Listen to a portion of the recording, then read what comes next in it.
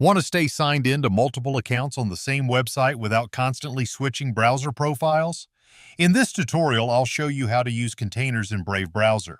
Containers let you isolate cookies and site data into separate tabs, making it easy to use different accounts side by side in the same browser window.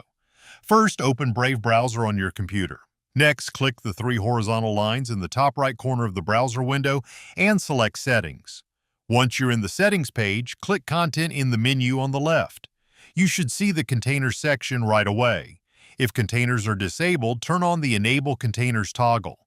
Brave already includes several default containers, such as personal, work, social, and school. You can use these right away, customize them, or create your own. To make a new container, click Add New Container. Give it a name, choose a color, and pick an icon that's easy to recognize. Once you're happy with your choices, click Save and your new container is ready to use. Now let's see how containers work. Open a website in a normal tab, then right-click the tab, hover over Open in Container, and choose the container you want to use. Brave will open the same website in a new tab inside that container. You'll know the tab is using a container because it will display the container's color and icon, making it easy to tell different containers apart while browsing. One of the biggest advantages of containers is that each one has its own isolated cookies and site data. This means you can sign in to multiple accounts on the same website at the same time. Brave also lets you create temporary containers. To do this, right-click a tab, select Open in Container, and choose New Temporary Container.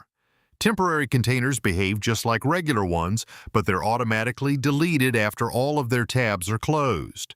They're perfect for one-time logins, testing websites, or browsing without keeping cookies afterward. If you ever want to edit or remove a container, simply return to the Container section in the Settings menu. From there, you can rename containers, change their colors or icons, and delete any containers you no longer need. That covers everything you need to get started with containers in Brave Browser, from turning them on to creating and using them for separate browsing sessions.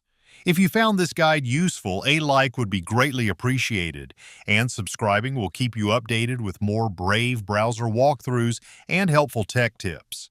Thanks for spending your time here, and I'll see you in the next tutorial.